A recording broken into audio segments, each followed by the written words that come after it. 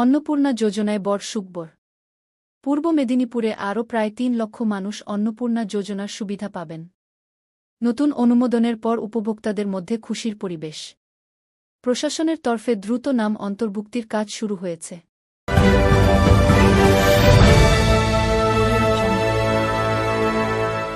মৎস্যজীবী পরিবারকে আর্থিক সাহায্য।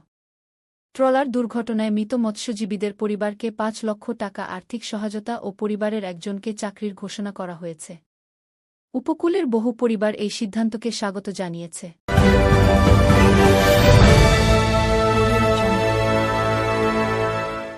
তমলুক মেডিকেলে সোলার প্রকল্প।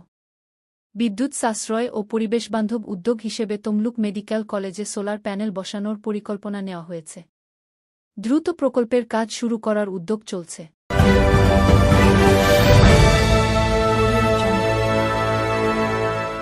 ময়নায় স্যানিটারি এটিএম চালু। ময়নার একটি গ্রামে মহিলাদের সুবিধার জন্য স্যানিটারি ন্যাপকিন এটিএম ও চেঞ্জিং রুম চালু হয়েছে। স্থানীয়দের মতে এই উদ্যোগ স্বাস্থ্য সচেতনতা বাড়াতে গুরুত্বপূর্ণ ভূমিকা রাখবে।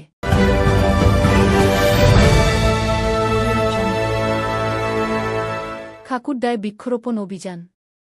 খাকুড়ডায় শিক্ষক শিক্ষিকা ও পড়ুয়াদের উদ্যোগে ব্যাপক বৃক্ষরোপণ কর্মসূচি শুরু হয়েছে। বাড়ি বাড়ি গিয়ে পরিবেশ রক্ষার বার্তা পৌঁছে দেওয়া হচ্ছে।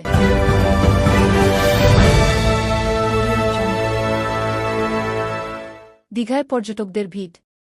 ছুটির মরশুমে দীঘায় পর্যটকদের ভিড় বাড়ছে। হোটেল ব্যবসায়ীদের মুখে হাসি ফিরেছে। স্থানীয় ব্যবসায়ীরাও ভালো ব্যবসার আশা রয়েছেন।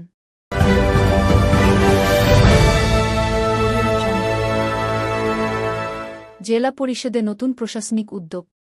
পূর্ব মেদিনীপুর জেলা পরিষদে নতুন প্রশাসনিক সিদ্ধান্ত ও উন্নয়নমূলক প্রকল্প নিয়ে জোর আলোচনা চলছে। বিভিন্ন এলাকায় দ্রুত কাজ শুরু করার পরিকল্পনা নেওয়া হয়েছে।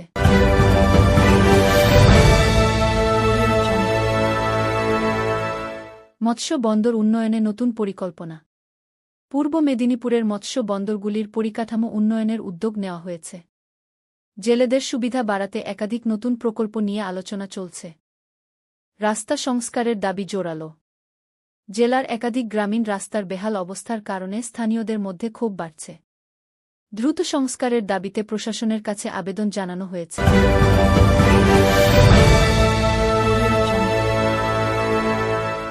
তমলুকে উন্নয়ন প্রকল্পের গতি বাড়ছে। পূর্ব মেদিনীপুরের বিভিন্ন এলাকায় রাস্তা, পানীয় জল ও আলোসহ একাধিক উন্নয়ন প্রকল্পের কাজ এগোচ্ছে। বাসিন্দাদের আশা, দ্রুত প্রকল্পগুলি সম্পূর্ণ হবে।